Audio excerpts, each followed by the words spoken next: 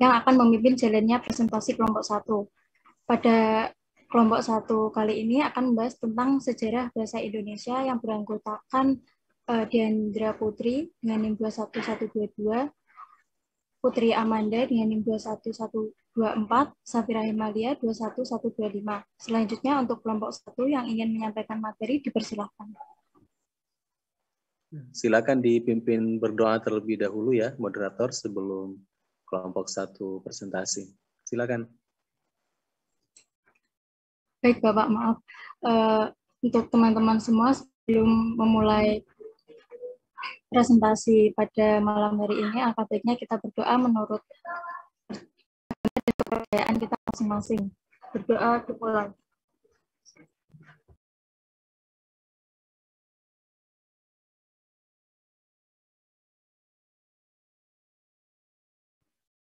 Berdoa dicukupkan.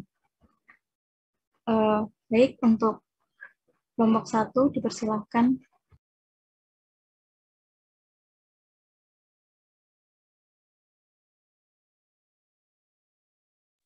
Baik, saya Diandra izin memulai untuk presentasi hari ini. Kami dari kelompok 1 akan mempresentasikan sejarah bahasa Indonesia, pra-kemerdekaan dan pasca kemerdekaan. Yang pertama untuk pra-kemerdekaan, jadi manusia dikatakan sebagai makhluk sosial yang tidak dapat hidup sendiri sehingga memerlukan adanya suatu interaksi. Salah satu alat untuk berinteraksi ini adalah bahasa. Bahasa digunakan untuk mempermudah dalam menyampaikan pikiran, gagasan, ataupun perasaan. Bahasa lahir berbeda-beda sesuai dengan daerahnya sehingga muncul bahasa yang beraneka ragam. Indonesia merupakan negara yang memiliki lebih dari 300 bahasa daerah. Walaupun memiliki banyak bahasa daerah, Indonesia memiliki bahasa persatuan, yakni bahasa Indonesia. Bahasa Indonesia lahir sebagai identitas bangsa Indonesia. Bisa dilanjutkan oleh Safira.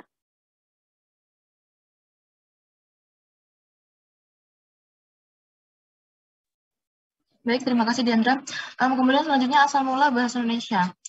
Perspektif historis negara Indonesia, bahasa Indonesia diadopsi dari prototipe bahasa Melayu.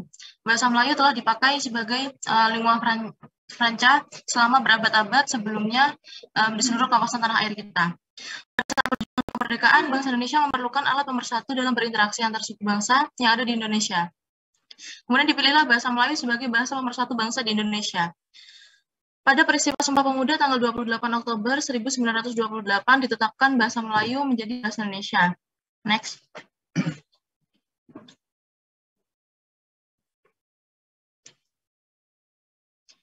Dari sudut pandang linguistik, bahasa Indonesia adalah sebuah variasi dari bahasa Melayu. Dalam hal ini, dasar yang dipakai adalah bahasa Melayu Riau, tetapi telah mengalami perkembangan akibat penggunaannya sebagai bahasa kerja dan proses pembakuan pada awal abad ke-20. Pada zaman kerajaan Sriwijaya, abad ke-7 Masehi, bahasa Melayu kuno dipakai sebagai bahasa kenegaraan. Hal itu dapat diketahui dari 4 prasasti berusia berdekatan yang ditemukan di Sumatera bagian selatan peninggalan kerajaan tersebut. Nah, prasasti tersebut diantaranya adalah dengan ditemukannya prasasti di Kedukan Bukit tahun 683 Masehi di Palembang. Kemudian ada Talang Tuo tahun 684 Masehi di Palembang. Kemudian Kota Kapur tahun 686 Masehi di Bangka Barat, dan Karangbrahi tahun 688 Masehi di Jambi.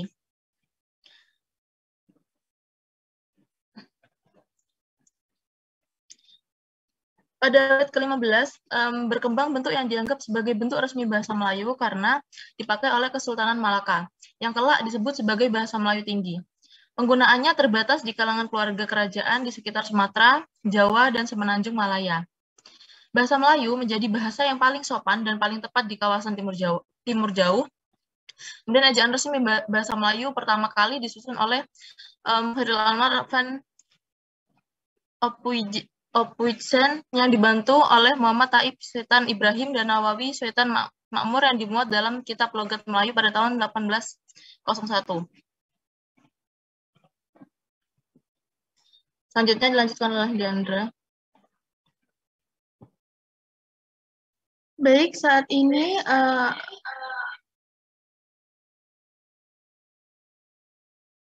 akan saya bahas mengenai proses pengesahan bahasa Indonesia sebagai bahasa persatuan.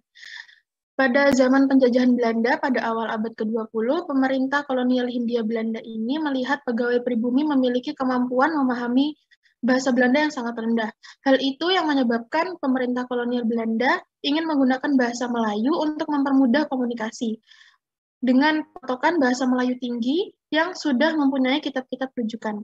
Sarjana Belanda mulai membuat standarisasi bahasa, mereka mulai menyebarkan bahasa Melayu yang mengadopsi ejaan Van Ophuijsen dari kitab logat Melayu.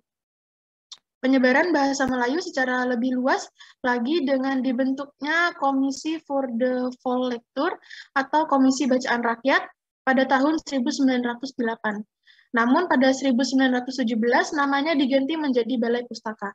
Badan penerbit ini menerbitkan novel-novel seperti Siti Nurbaya dan Salah Asuhan, buku-buku penuntun bercocok tanam, dan penuntun memelihara kesehatan. Pada 16 Juni 1927, saat sidang Volksraad, rapat Dewan Rakyat, Jahja Datuk Kadjo pertama kalinya menggunakan bahasa Indonesia dalam pidatonya. Pada 28 Oktober 1928, Muhammad Yamin mengusulkan bahasa Melayu sebagai bahasa nasional dalam pidatonya pada Kongres Nasional kedua.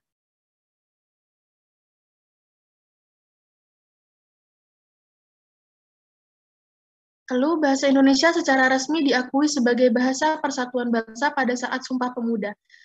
Lalu Muhammad Yamin berkata, jika mengacu pada masa depan, bahasa-bahasa yang ada di Indonesia dan kesusastraannya, hanya ada dua bahasa yang bisa diharapkan menjadi bahasa persatuan, yaitu bahasa Jawa dan Melayu.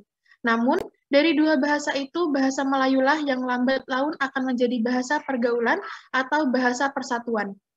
Pada tahun 1933, berdiri sebuah angkatan sastrawan muda yang menamakan dirinya sebagai Pujangga Baru yang dipimpin oleh Sultan Takdir Ali Syahbana.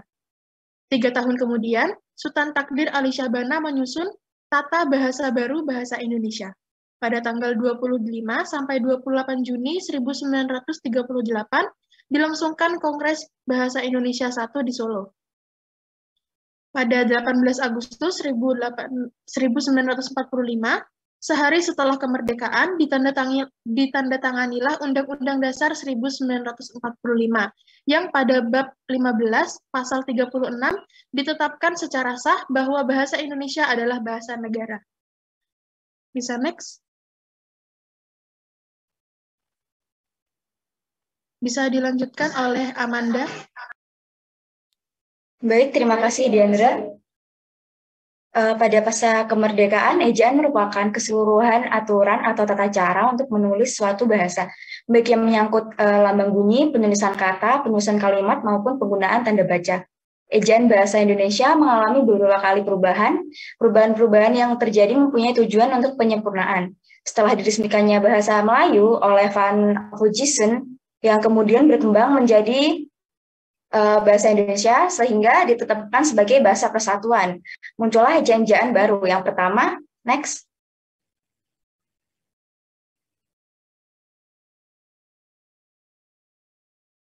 Yang pertama ada ejaan republik. Ejaan republik atau dinamakan juga ejaan Suwandi merupakan hasil penyederhanaan ejaan Van Ophuijsen. Ejaan republik mulai berlaku pada 19 Maret 1947. Beberapa perbedaan yang tampak dalam ejaan republik dengan ejaan Van Ophuijsen dapat diperhatikan dalam uraian. Yang pertama, gabungan huruf OE dalam ejaan Van Ophuijsen digantikan dengan U dalam ejaan republik. Kemudian bunyi hamzah dalam ejaan Van Ophuijsen diganti dengan K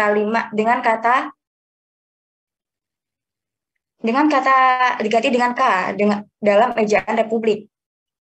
Kemudian kata ulang boleh ditandai dengan angka 2 dalam ejaan republik. Kemudian huruf E taling dan E pepet dalam ejaan republik tidak dibedakan. Kemudian tanda trema dalam ejaan Van Ophuijsen dihilangkan dalam ejaan republik. Next slide.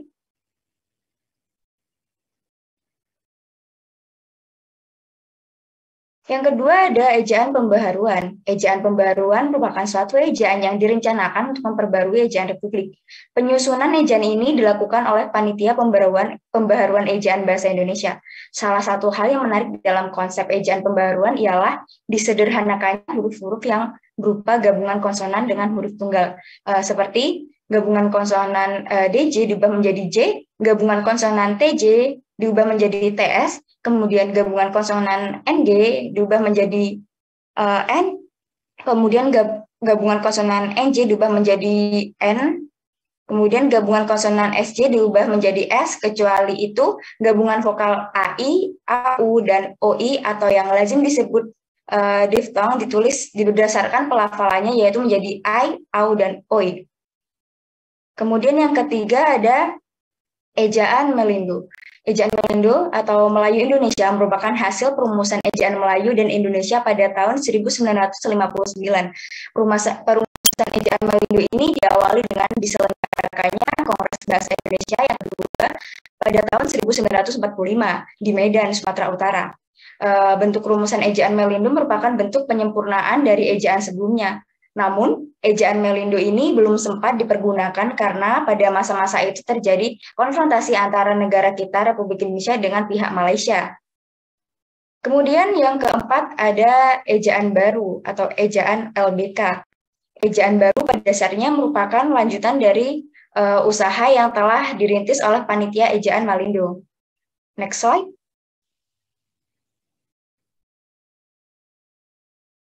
Yang kelima ada ejaan yang disempurnakan. Pada waktu pidato kenegaraan untuk memperingati Hari Ulang Tahun Kemerdekaan Republik Indonesia 17 Agustus 1972 diresmikanlah pemakaian ejaan baru untuk bahasa Indonesia oleh Presiden Republik Indonesia dengan keputusan Presiden nomor 57 tahun 1972. Ejaan tersebut dikenal dengan nama Ejaan Bahasa Indonesia yang disempurnakan atau EYD. Ejaan Bahasa Indonesia yang disempurnakan ini merupakan penyederhanaan serta penyempurnaan ejaan Suwandi atau ejaan Republik yang dipakai sejak Maret 1947. Kemudian yang keenam ada ejaan Bahasa Indonesia EBI. Selanjutnya EYD berubah menjadi EBI sebagai pedoman umum sejak lahir 2015 silam. Perubahan yang dilakukan oleh Badan Pengembangan dan Pembinaan Bahasa Indonesia ini berlandaskan Peraturan Menteri dan Kebudayaan Republik Indonesia Nomor 50 Tahun 2015. Dalam hal ini, EBI dibentuk atas dasar EYD sebelumnya. Hanya saja pada EBI terdapat penambahan aturan dalam penulisan. Yang pertama, ada penambahan huruf vokal diftong pada EYD. Huruf diftong hanya 3 yaitu AI, AU, dan OI, sedangkan pada EBI, huruf diftong ditambah 1 yaitu EI. Misalnya pada kata geyser dan survei. Yang kedua, penggunaan huruf kapital pada EYD tidak diatur bahwa huruf kapital digunakan untuk menulis unsur julukan. Sedangkan dalam EBI, unsur julukan diatur dan ditulis dengan awal huruf kapital. Yang ketiga, penggunaan huruf tebal. Dalam EYD, fungsi huruf tebal ada 3, yaitu menuliskan judul buku, bab, dan semacamnya, mengkhususkan huruf, serta menulis tema atau subtema dalam kamus. Dalam EBI, fungsi ketiga dihapus. Baik, itu saja. Kemudian ini sumber atau daftar pustaka yang dapat kelompok kami ambil. Terima kasih. Baik, terima kasih untuk kelompok 1 atas materi yang telah disampaikan. Selanjutnya yaitu sesi tanya-jawab akan dibuka 2 sesi. Untuk teman-teman yang ingin mengajukan pertanyaan dari materi yang telah disampaikan kelompok 1, dipersilahkan.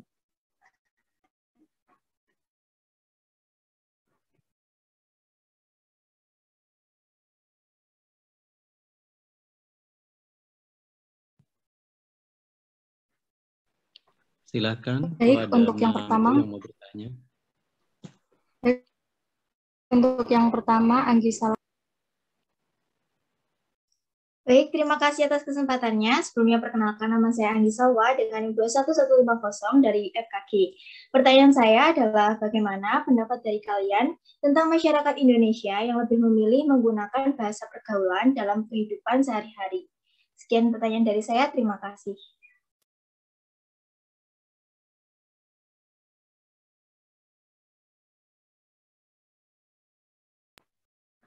Baik, terima kasih Anggi. Untuk selanjutnya, Tegar Dwi dipersilakan. Baik, terima kasih atas moderator. Sebelumnya perkenalkan, nama saya Tegar Dwi Prakoso dengan NIM 21146 dari Fakultas Kedokteran Gigi. Jadi tadi yang sudah disampaikan pada kelompok 1, tadi sudah membahas tentang ejaan melindo. Tadi dikatakan ejaan melindo itu kan merupakan penyempurnaan ejaan sebelumnya. Mungkin bisa diberi contoh perbedaan ejaan melindo dengan ejaan sebelum-sebelumnya. Itu saja dari saya, terima kasih.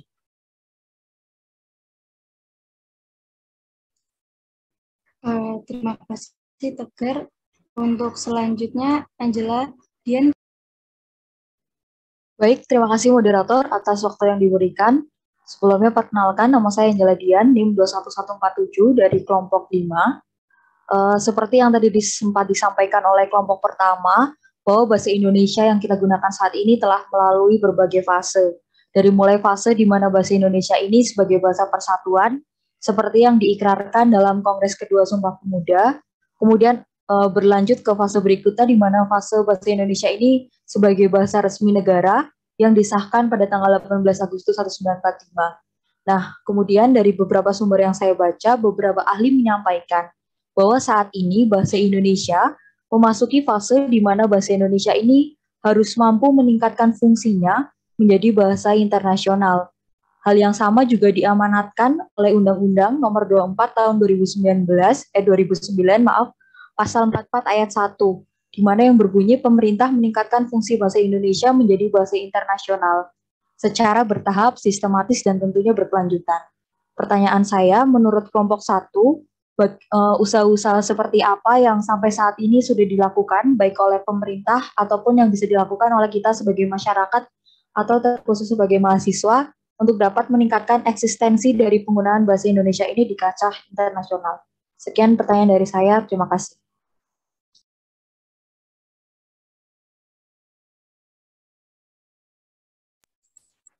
Baik, terima kasih Angela Dian. Untuk selanjutnya, Febrian Alfi dipersilahkan.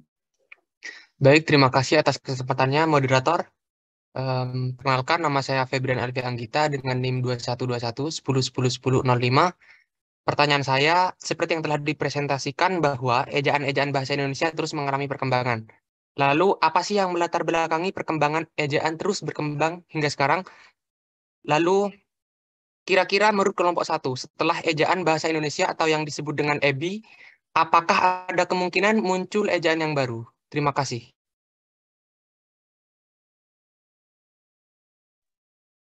Baik, terima kasih.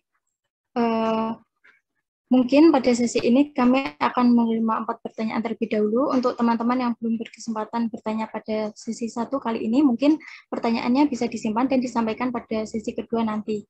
Izinkan kelompok 1 untuk mendiskusikan jawabannya terlebih dahulu.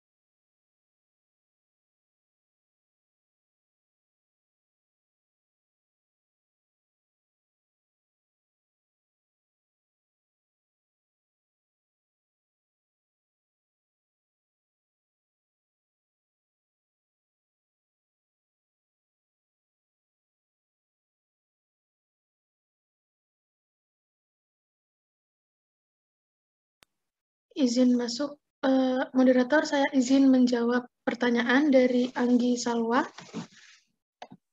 tadi pertanyaan dari Anggi, bagaimana pendapat kami tentang masyarakat Indonesia yang lebih memilih menggunakan bahasa pergaulan dalam kehidupan sehari-hari.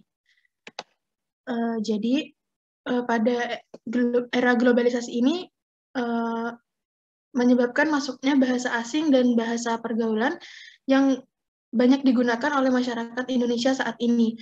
Hal ini menyimpang dari kaidah bahasa Indonesia yang baik dan benar. Karena masyarakat lebih memilih menggunakan bahasa pergaulan sebagai alat komunikasi sehari-hari dibandingkan bahasa Indonesia.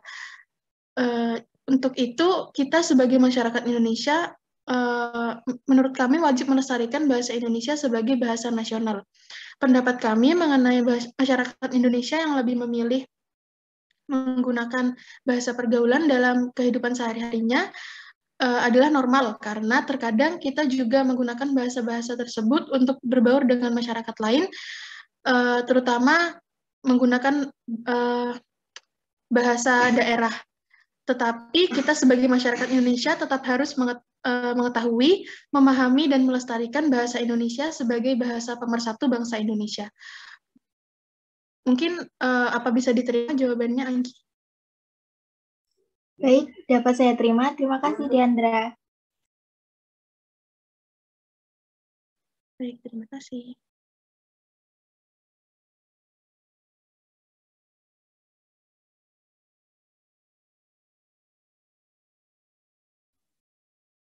Baik, izin masuk. Saya akan menjawab pertanyaan dari Tegar Dwi Prakoso. Berikan contoh perbedaan ejaan Melindo dengan ejaan sebelumnya. Baik, hal yang berbeda adalah bahwa di dalam ejaan Melindo, gabungan konsonan TJ seperti pada kata cinta diganti dengan C menjadi cinta. Juga gabungan konsonan NJ seperti nyonja diganti dengan huruf NC yang sama sekali masih baru. Dalam ejaan pembaruan, kedua gabungan konsonan itu diganti dengan TS dan N. Baik, itu saja yang bisa saya jawab. Apakah bisa diterima? Sudah bisa. Terima kasih.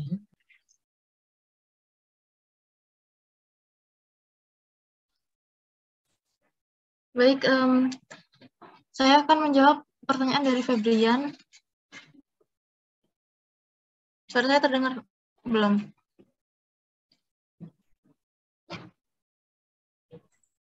Terdengar. Oke. Tadi pertanyaannya terkait tentang apa yang melatar belakangi, apa yang menjadi latar belakang perkembangan ejaan bahasa Indonesia. Menurut kami yang pertama, dampak kemajuan ilmu pengetahuan.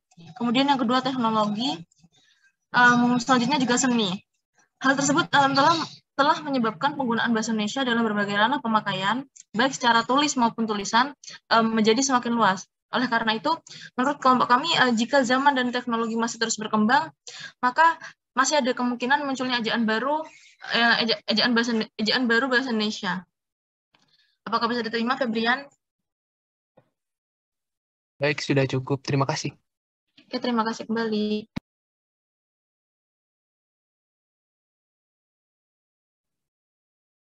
Baik, izin masuk moderator. Saya akan menjawab pertanyaan dari Angela Dian. Baik, salah satu usaha pemerintah adalah melalui pengajaran bahasa Indonesia bagi penutur asing atau BIPA. Kemudian, Badan Bahasa membuat unit baru yang guna melaksanakan pasal 44 ayat 1 Undang-Undang Nomor 24 Tahun 2009 bernama Pusat Pengembangan Strategi dan Diplomasi Kebahasaan atau disingkat PPSDK. Salah satu usaha yang telah dilakukan oleh PPSDK adalah penerbitan buku ajar BIPA Sahabatku Indonesia sebanyak 6 seri. 6 seri itu meliputi A1 atau Prapemula, A2 atau Pemula, B1 Pramadya, B2 Madya, C1 Pralanjut, dan C2 Lanjut. Melalui penerbitan buku ajar Sahabatku Indonesia itu, kelak pengajaran BIPA di Indonesia, khususnya program beasiswa Dharma Siswa Republik Indonesia, memiliki standarisasi buku ajar. Selain itu, PPSDK juga rutin mengirimkan guru-guru BIPA ke luar negeri dengan masa tugas 4-5 bulan. Kelak, usaha-usaha PPSDK itu dapat mendorong terciptanya peningkatan fungsi bahasa Indonesia menjadi bahasa internasional. fase bahasa Indonesia menjadi bahasa internasional sekurangnya sudah terwujud dengan fakta 45 negara telah mengajarkan bahasa Indonesia. Hingga tahun 2013 lalu, Menteri Pendidikan dan Kebudayaan pada saat itu, Muhammad Nuh, telah dilakukan kerjasama dengan berbagai perguruan tinggi atau universitas di dunia untuk mendirikan pusat-pusat pembelajaran bahasa Indonesia.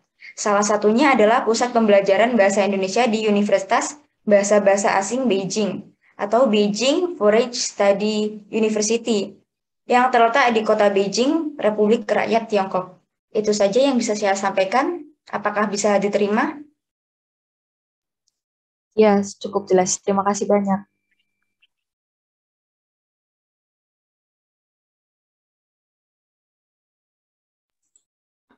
Baik, terima kasih.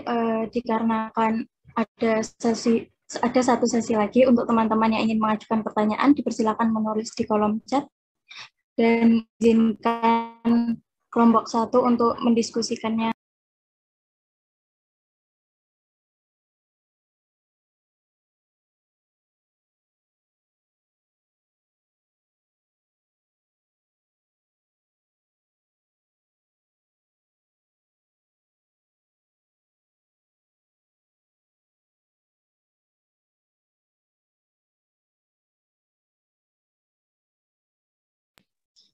Baik, saya akan menjawab pertanyaan dari Adelia tentang perubahan apa yang terdapat pada ejaan baru.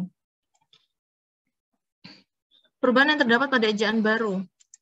Ada beberapa gabungan konsonan. Yang pertama, gabungan konsonan DJ diubah menjadi J. Contohnya, remaja, REMADJA menjadi remaja. DJ-nya menjadi cuma ditulis J aja.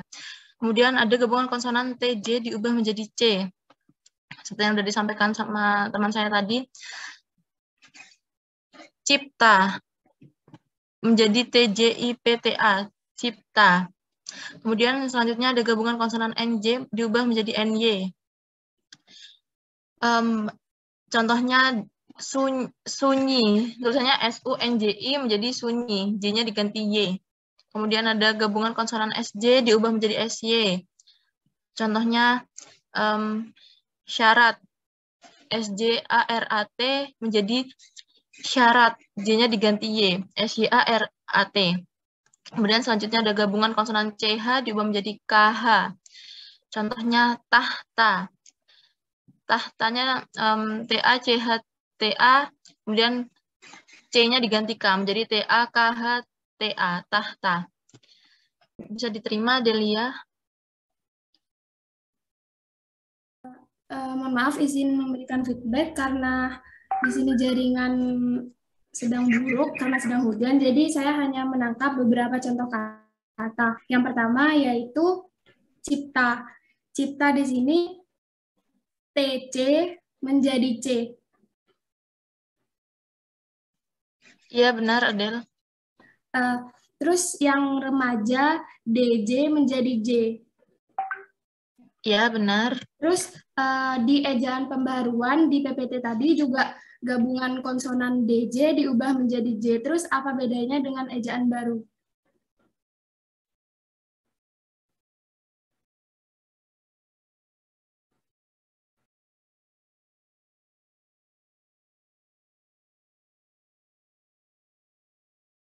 Mohon maaf, Adel, bisa diulang pertanyaannya? Tadi Saudara Safira memberikan contoh remaja menggunakan DJ yang menjadi remaja menggunakan J saja. Sedangkan di PPT Anda yang tadi ejaan pembaharuan, yang pertama yaitu sama, gabungan konsonan DJ diubah menjadi J. Berarti tidak ada pembaharuan untuk kata itu.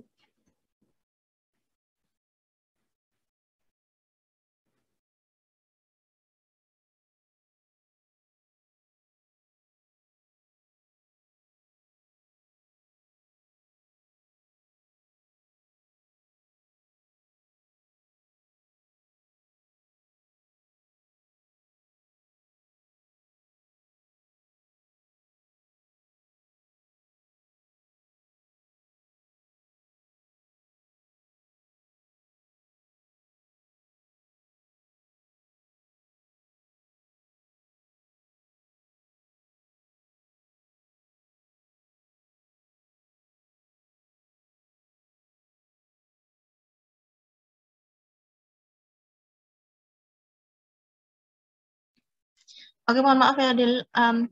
Izinkan kami berdiskusi. Mungkin bisa dilempar ke pertanyaan selanjutnya dulu.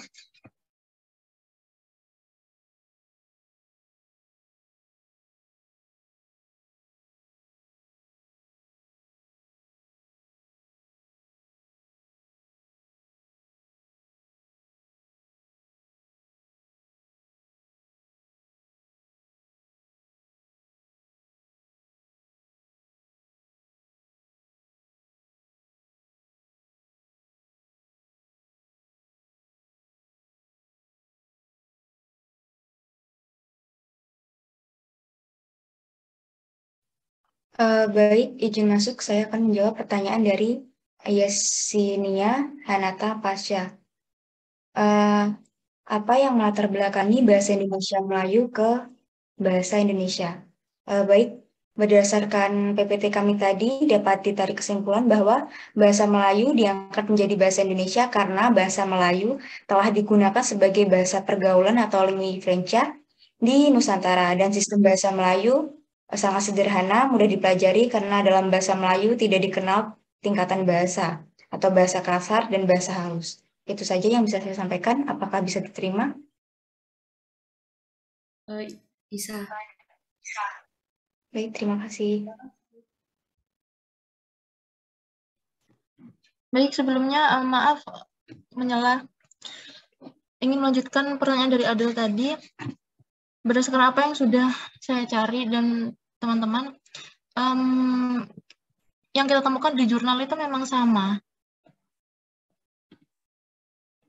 Baik, terima kasih Mbak Safira. Oke, terima kasih kembali. Mungkin izin menambahkan mungkin untuk pertanyaannya Adel. Untuk jawaban dari pertanyaannya Adel, moderator. Baik, dipersilakan Febrian Alfi. Mungkin itu yang berubah bukan dari tulisan, hanya dari tulisannya, namun pengucapannya tetap sama. Contohnya, yang mirip dari remaja, kayak gitu ya.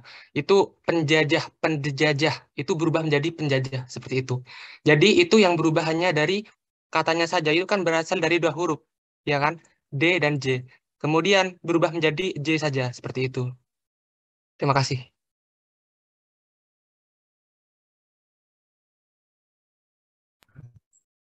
Baik, terima kasih Febrian Alfi. Mungkin untuk kelompok 1 bisa dilanjutkan berdiskusinya. Saya izin menjawab untuk pertanyaan dari siapa itu tadi ya? Dari Fazila Apriasya. Menurut kelompok 1, siapa yang pertama kali mempopulerkan bahasa Indonesia dan bagaimana pada saat itu proses perkembangan bahasa Melayu menjadi bahasa Indonesia? Oke, saya izin jawab ya. Jadi, perkembangan bahasa Indonesia ini dipopulerkan oleh Muhammad Tabrani Suryowicitro. Pada waktu itu ia menolak dengan tegas bahwa bahasa persatuan adalah bahasa Melayu kepada Muhammad Yamin. Lalu ia mengatakan bahwa bahasa persatuan adalah bahasa Indonesia yang harus digerakkan dan memunculkan adanya pergerakan persatuan anak di Indonesia. Perkembangan bahasa Indonesia semakin pesat dengan diucapkannya bahasa Indonesia di Foxtrot. Inilah yang memunculkan adanya perkembangan bahasa Indonesia yang diucapkan pertama kali di Solo pada tahun 1938. Apa menjawab Fazila? Izin menjawab, cukup. Terima kasih. Terima kasih.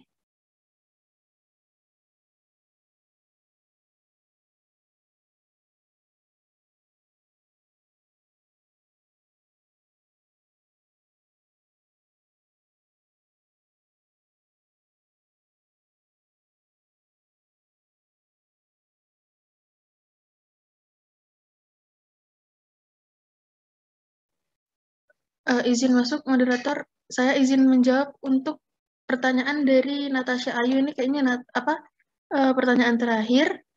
Natasha Ayu Safira dengan NIM 21140 Pertanyaannya, mengapa bahasa Indonesia menjadi bahasa resmi Indonesia dan bukan bahasa Melayu? Oke, jadi bahasa Indonesia ini adalah bahasa netral karena saat berdirinya negara kita, para pendiri negara kita mencari bahasa yang benar-benar murni untuk bahasa bersama. Menurut National Geographic bahwa Indonesia adalah negara yang tidak egois karena tidak memaksakan bahasa dari salah satu etnis menjadi bahasa nasionalnya. Menurut Jason Wang, bahasa Indonesia itu tidak hanya terdiri dari bahasa Melayu saja unsurnya, tetapi juga dari bahasa Belanda, bahasa Inggris, dan bahasa Portugis, bahasa Jawa, dan masih banyak bahasa lainnya. Oleh karena itu, mereka dijuluki sebagai bahasa yang netral. Itulah mengapa bahasa Indonesia dijadikan sebagai bahasa Indonesia dan bukannya bahasa Melayu. Bagaimana, Natasha? Baik, terima kasih sudah saya pahami. Ya, terima kasih. Saya kembalikan ke moderator. Baik, terima kasih. Sepertinya semua pertanyaan sudah terjawab. Sebelumnya, izinkan Notulen untuk membacakan kesimpulan dari materi yang disampaikan oleh kelompok 1. Baik, terima kasih. Jadi kesimpulan yang didapat yaitu asal mula bahasa Indonesia diadopsi dari prototipe bahasa Melayu. Bahasa Melayu telah dipakai sebagai lingua franca selama berabad-abad sebelum di seluruh kawasan tanah air kita. Pada saat perjuangan kemerdekaan, bangsa Indonesia memerlukan alat nomor 1 dalam berinteraksi antar suku bangsa yang ada di Indonesia. Jadi dipilihlah bahasa Melayu sebagai bahasa nomor 1 bahasa Indonesia yang ditetapkan pada Hari Sumpah Pemuda. Pada 16 Juni 1927 saat sidang Volksrat, tepatnya pada rapat Dewan Rakyat, Jajah Datuk Kadjo pertama kali menggunakan bahasa Indonesia dalam pidatonya. Pada 28 Oktober 1928, Muhammad Yamin mengusulkan bahasa Melayu sebagai bahasa nasional dalam pidatonya pada Kongres Nasional kedua. Pada 18 Agustus 1945, sehari setelah kemerdekaan, ditandatanganilah Undang-Undang Dasar 1945. Pada bab 15, pasal 36 ditetapkan secara sah bahwa bahasa Indonesia adalah bahasa negara. Terdapat beberapa ejaan yang selalu berubah dan berkembang. Diawali dengan ejaan Republik, ejaan Pembaharuan, ejaan Melindo, ejaan Baru, ejaan yang disempurnakan, dan ejaan Bahasa Indonesia atau EBI. Mungkin itu saja yang dapat saya sampaikan. Terima kasih. Baik, terima kasih Notulen. Mungkin itu saja yang dapat kami sampaikan. Terima kasih atas perhatian Bapak dan teman-teman semua. Kami ucapkan terima kasih. Wassalamualaikum warahmatullahi wabarakatuh. Saya kembalikan pada Bapak Siswanto. Terima kasih.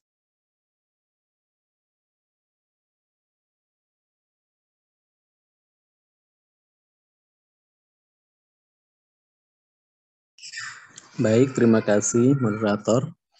Terima kasih pemateri dan teman-teman semua. Saya beberapa catatan saja ya ini. Baik, saya sampaikan dari awal ya. Jadi hal-hal yang belum disampaikan oleh kelompok 1. Nanti kalau ada pertanyaan langsung menghidupkan mic ya, dibuka. Pak mau bertanya itu langsungnya dicela, nggak apa-apa di tengah-tengah. Baik, kita mulai dari embrio bahasa Indonesia yang lahir dari bahasa Melayu.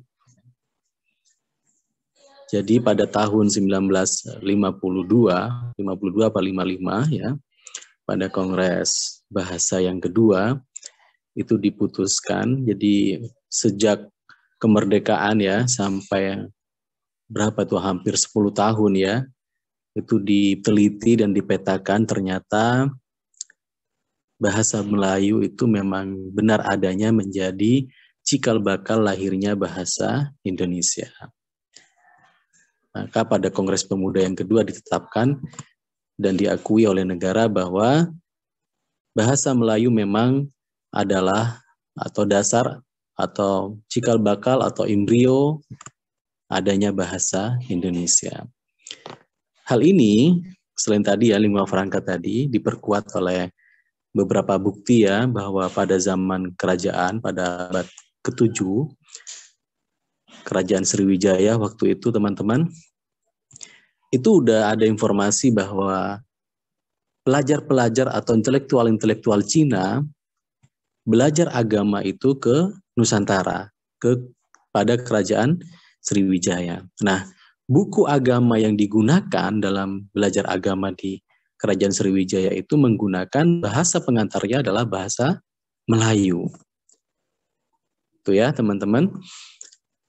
Yang disebut dengan Ising ya, tulisannya I dan TSING ya, Ising. Salah satu intelektual atau pakar kebudayaan dari Cina ya. Itu salah satu bukti bahwa bahasa Melayu sudah menjadi bahasa pergaulan dan perhubungan ya. Nah, bukti yang lain adalah banyaknya prasasti-prasasti pada era itu yang ditulis dengan huruf dan bahasa Melayu. Hurufnya pegon ya, bahasanya Melayu. Ada prasasti Talang Tuwo di Palembang ya.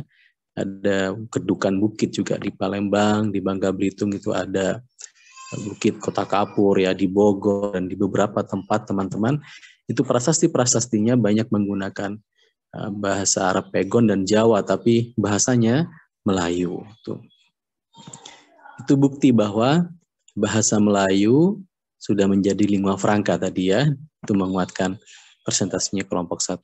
Kemudian pada hal lain ada beberapa alasan ya, mengapa bahasa Melayu dijadikan cikal bakal sebagai bahasa Indonesia.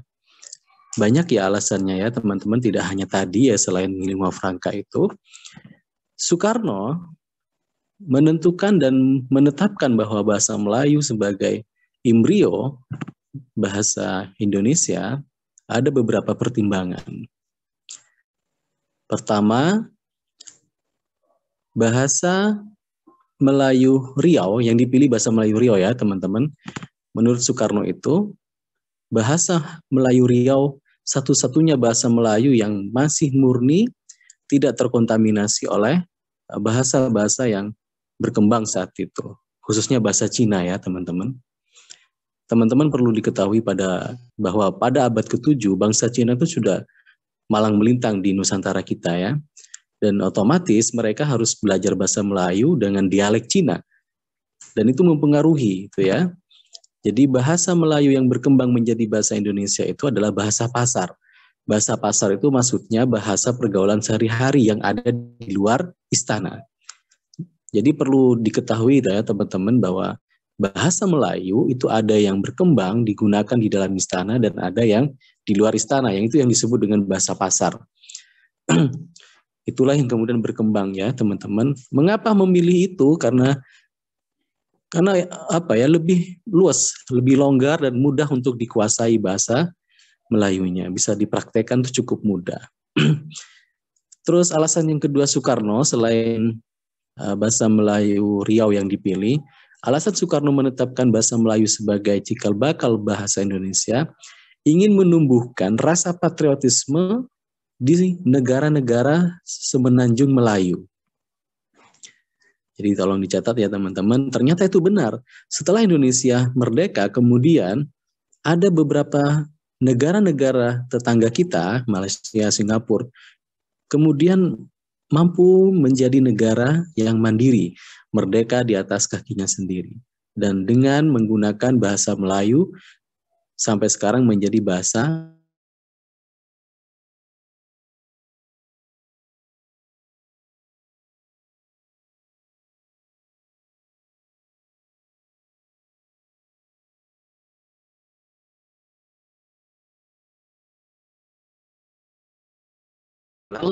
Bunda Husuh bahasa ya tidak meningkatkan. Alasan yang berikutnya adalah selain mudah dipahami, selain Melayu Riau itu sangat murni ya, selain mampu menciptakan rasa patriotisme, yang keempat adalah, atau yang kelima ya, yang ke-0 tadi yang lingua franca itu ya. Yang kelima adalah tidak adanya perlawanan dari suku bangsa yang ada di Nusantara. Kita tahu teman-teman ada berapa suku bangsa dengan berbagai bahasa yang sangat banyak di Nusantara itu, tidak ada satupun perlawanan yang mengatakan saya protes atas penetapan bahasa Melayu sebagai cikal bakal bahasa Indonesia. Tidak ada teman-teman, itu luar biasa. Teman-teman mungkin sudah pernah belajar sejarah ya, negara-negara pecahan Uni Soviet, Balkan itu yang sekarang lagi berperang, dan beberapa negara Afrika sampai sekarang masih rebutan bahasa nasionalnya itu lebih baik diambil atau dijadikan, diolah atau menjadi embrio itu dari suku mana. Menurut suku A, saya lebih bagus ini. Menurut suku B, lebih bagus yang B. Itu yang terjadi, teman-teman.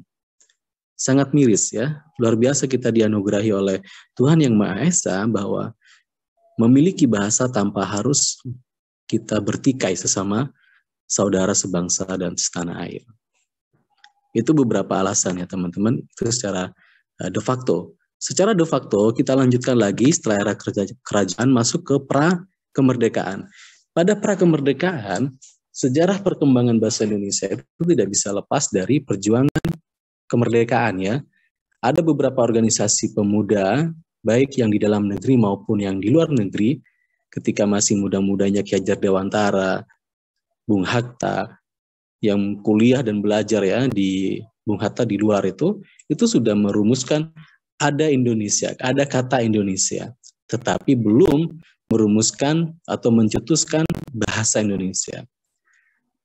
Bahasa Indonesia itu secara de facto muncul ketika pada Kongres Pemuda ya, yang dikenal dengan Sumpah Pemuda. Pada tahun berapa, Mbak Yasmin? Halo Mbak Yasmin, tahun berapa Sumpah Pemuda? Oh, ini kan di luar kepala ya. Tahun berapa teman-teman? 28 Oktober, Pak. 1928. Ya, 1928 ya. Saya tidak bertanya tanggalnya ya. Pada 1928 teman-teman masih lambat menjawabnya ya. Mohon maaf teman-teman, masih ada adzan kita. Apakah cukup mengganggu atau masih jelas suara saya kalau ada adzan seperti ini? Masih jelas, Bapak. Masih jelas, Pak. Baik, kita break dulu ya, sebentar.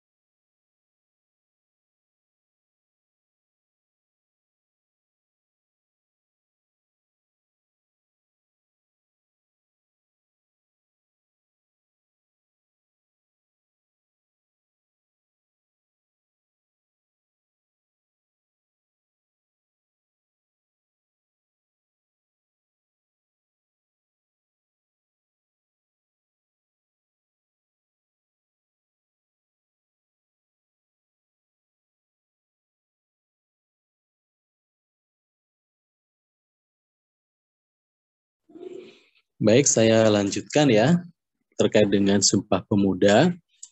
Jadi, pada proses perumusan teks Sumpah Pemuda, itu masih tarik-menarik ya teman-teman, antara Yamin dan beberapa teman-teman dari perwakilan Jong Java, Jong Ambon, Jong Madura.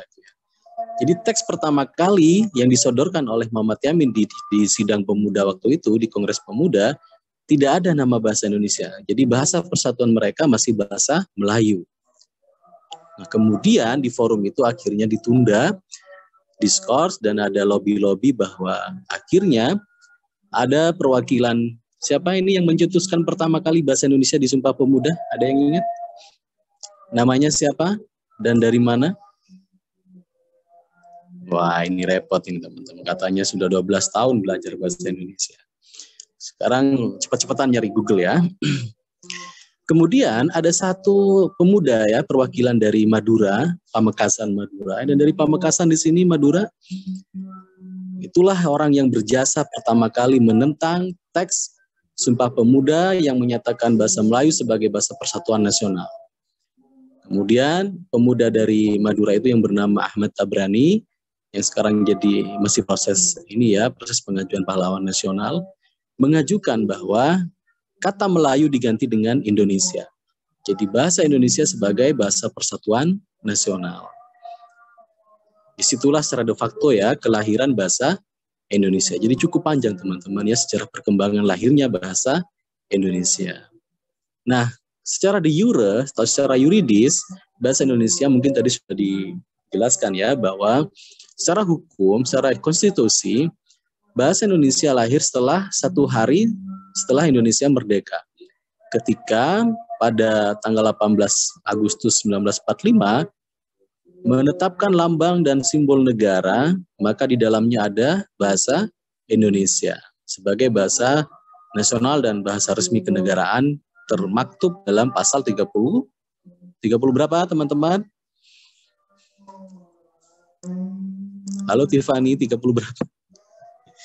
Repot anak-anak ini ya, 36 ya.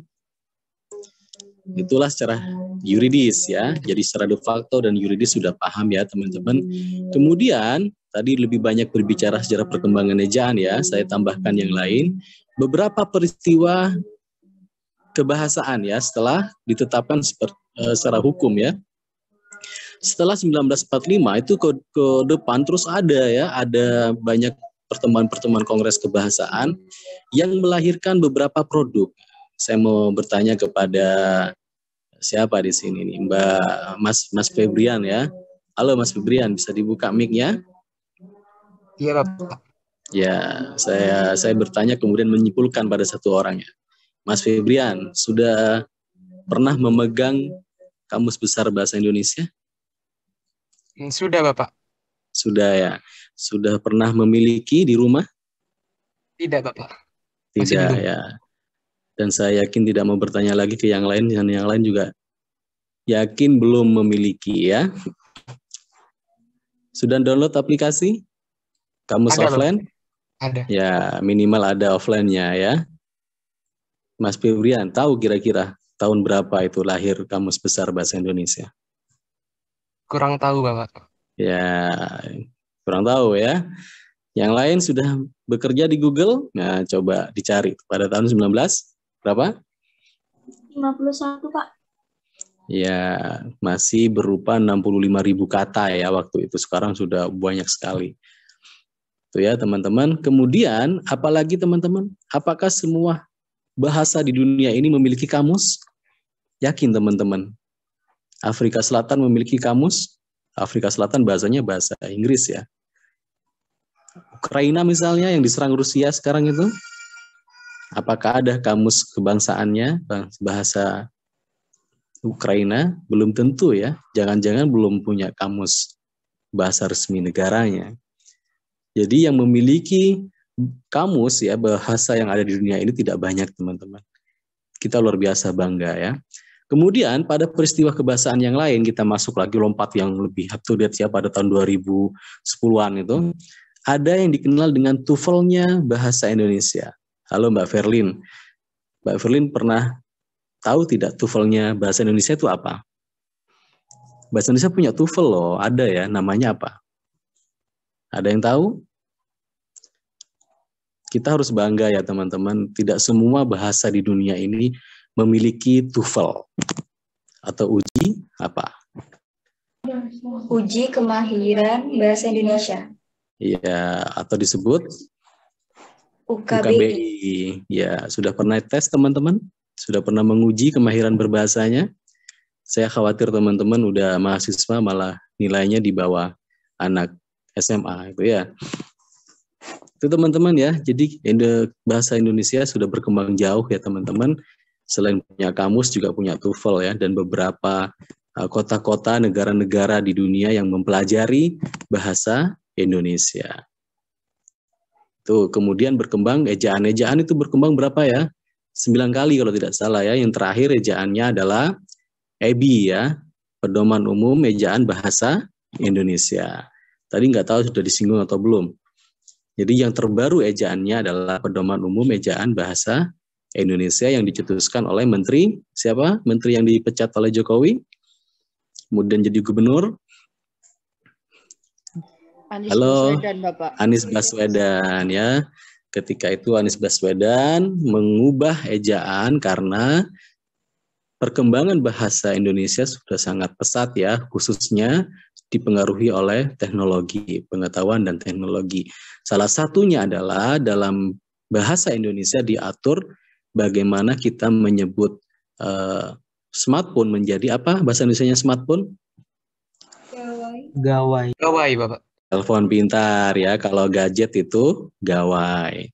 Kalau smartphone itu telepon pintar. Itu ya.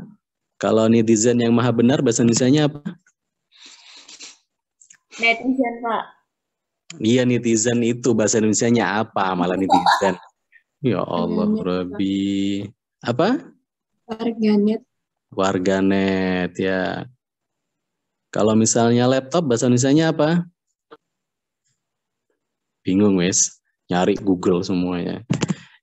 Itu ya, itu harusnya dibahas tadi bahwa ejaan yang terbaru yang membahas itu bagaimana penambahan, pembakuan kosakata yang berasal dari perkembangan ilmu pengetahuan dan teknologi. Salah satunya misalnya offline, bahasa Indonesianya apa offline? Luring, Bapak. Luring. Luar jaringan. Ntar kalian nggak tahu.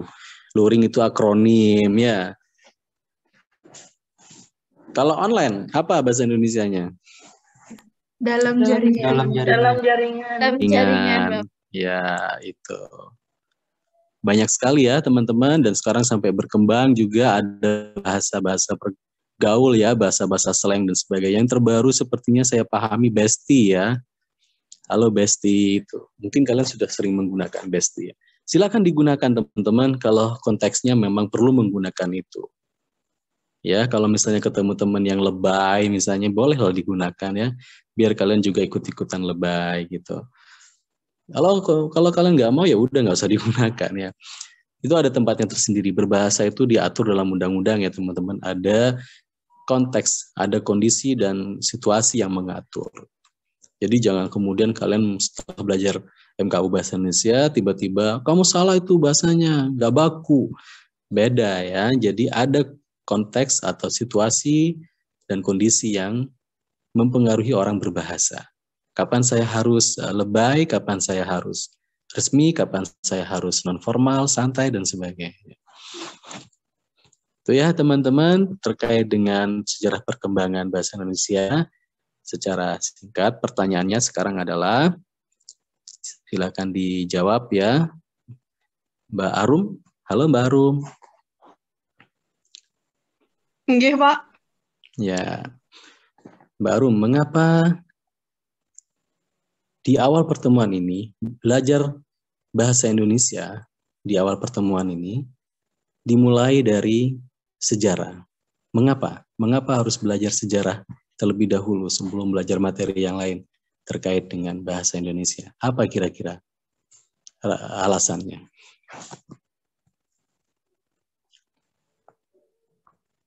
Nggak ada di Google itu ya. Menurut saya karena harus tahu latar belakangnya dulu, Pak. Ya iya, mengapa? Mengapa latar belakang itu harus diketahui? Karena dengan itu Dikit lagi. Anda tahu sejarah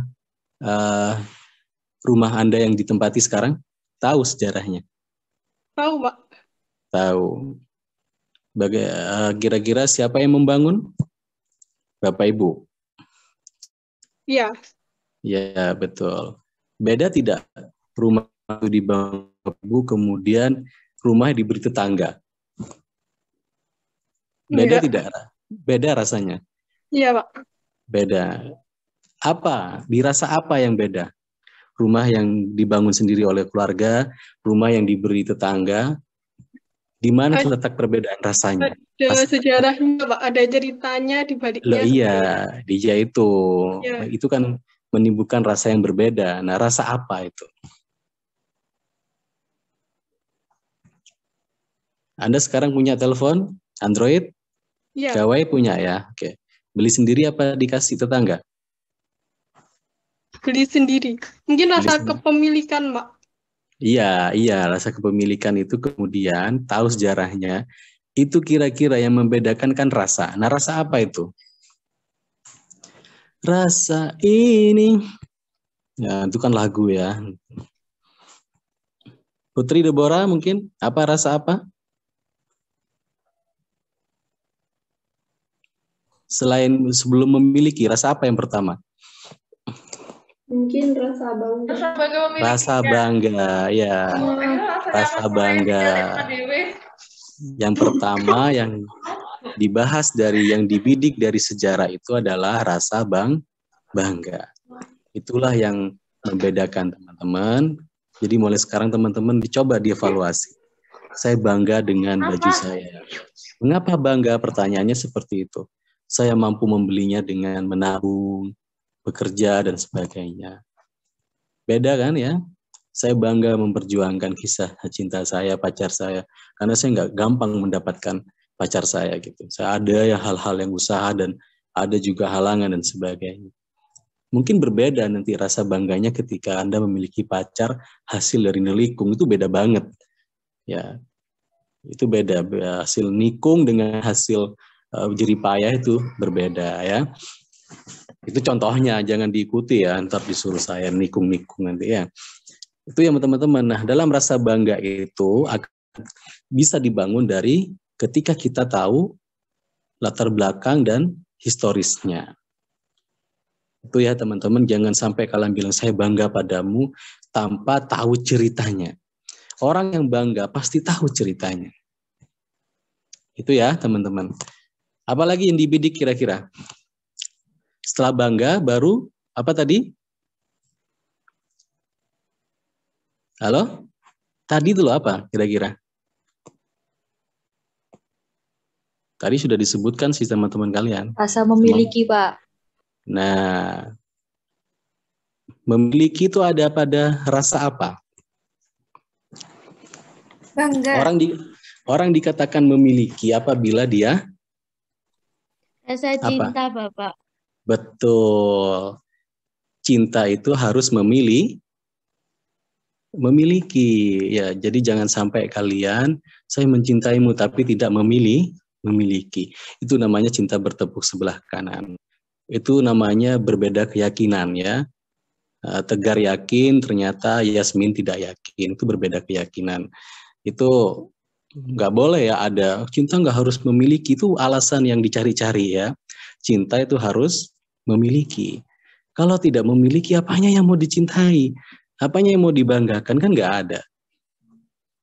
Itu ya, tapi diingat, tahapan memiliki itu tahapan paling bawah dari mencintai. Itu yang pertama. Tingkatan kedua dari mencintai apa?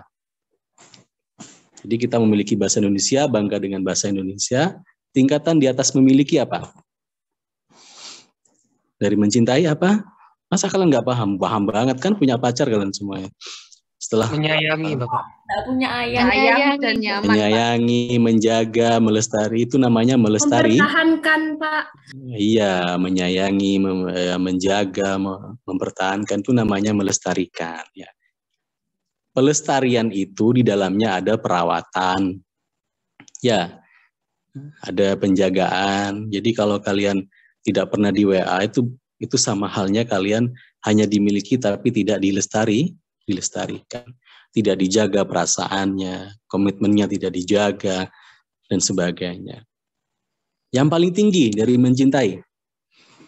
Setelah memiliki, setelah melestarikan, apa kira-kira yang paling tinggi? Merelakan. Mengikhlaskan. Kok merelakan? Ini dimiliki kok direlakan? Gimana toh maksudnya? Kalau direlakan itu sesuatu yang tidak dimiliki. Aduh, logikanya kebalik-balik anak-anak ini ya. Apa yang tertinggi? Huruf depannya T, belakangnya B. Tahu pasti ini. Apa? Dimiliki, dilestarikan, terus terakhir huruf depannya T, belakangnya B. Apa? Saya hitung sampai 10 pasti jawab. Apa teman-teman? Huruf tengahnya apa, Pak? Depannya T ya, belakangnya B. Gampang banget itu. Itu tujuan kita hidup di dunia. Tujuan apapun kalian kuliah di Jember, itu aja tujuannya. Kalian juga dilahirkan ke dunia, ya itu aja tujuannya. Untuk apa? T dan B belakangnya. Hah? Kok tertib? Dua huruf. Dua huruf ya, 2 angka, bukan 2 angka, 2 kata ya. Tanggung jawab. Jadi kalau teman-teman sekarang keluar saya mencintaimu, tidak ada lain di dunia ini ya. Tolong tanyakan ketika teman-teman sudah ijab kabul, ya oke aku terima. Itu kata milik berarti ya, saling memiliki. Tapi ditanya, terus tanggung jawabmu apa? Kamu siap bertanggung jawab? Tanyakan di situ. Agar kalian tidak tersesat ya, membuang-buang waktu percuma, menjaga calon suaminya orang, menjaga calon istrinya orang, gitu ya. Tanya itu, terus ini gimana tanggung jawab kamu ketika sudah mengatakan aku mencintaimu, terus aku terima, terus tanggung jawabnya apa? Sama seperti kalian sekarang, ketika saya tanya, punya apa nggak punya? Masih punya offline. Ada yang parah lagi, pernah pegang nggak? Pernah baca nggak? Nggak pernah buka kamus ternyata. Apakah yang namanya tanggung jawab? Itu ya teman-teman ya, setelah belajar sejarah ada rasa bangga, kemudian ada rasa cinta. Di dalam rasa cinta tolong dipahami, ada 3 dimensi di sana. Dimensi memiliki, dimensi melestarikan, menjaga dan sebagainya itu ya melestarikan ya. Dan dimensi yang terakhir adalah bertanggung jawab sebagai generasi muda Indonesia. Dan itu bisa diaplikasikan ketika teman-teman besok udah berani menerima komitmen dalam cinta mencintai. Tanya itu. Terus tanggung jawab, kamu berani nggak menghadap orang tua saya? Nah, ketika ditanya seperti itu biasanya, cowok biasanya ya, itu pasti alasannya anunya banyak. Anu gitu ya. Gak punya kerja, masih belajar studi, nggak ada hubungannya ya. Tanggung jawab mencintai seseorang, itu tidak ada hubungannya dengan studi. Tidak ada hubungannya dengan kerja dan tidak kerja.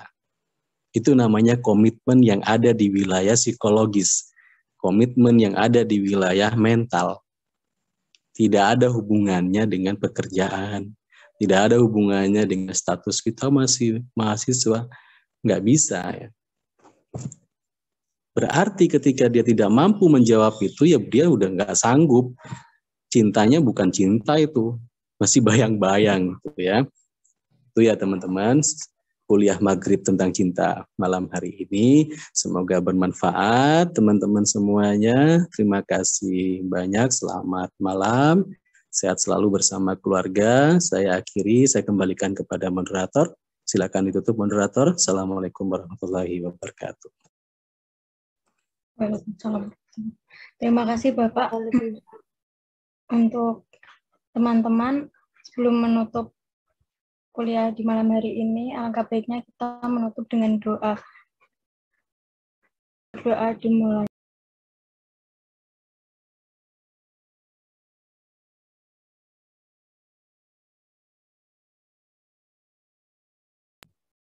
Berdoa dicukupkan.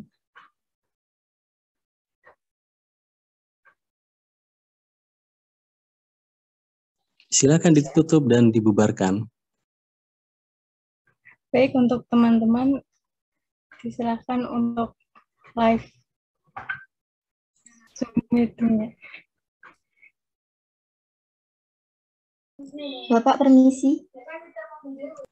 Silakan, ditutup dulu. Sekian diskusi malam hari ini, saya akhiri. Kan begitu ya caranya menutup. Nggak usah grogi ketika membahas cinta tadi, biasa aja ya, nggak usah baper, biasa aja. Silakan. Sekian diskusi pada malam hari ini. Mohon maaf jika ada salah kata. Sekian dari saya. Assalamualaikum warahmatullahi wabarakatuh. Waalaikumsalam warahmatullahi wabarakatuh. Terima kasih teman-teman, selamat malam. Selamat malam. Selamat malam, Bapak. Dadah, Pak.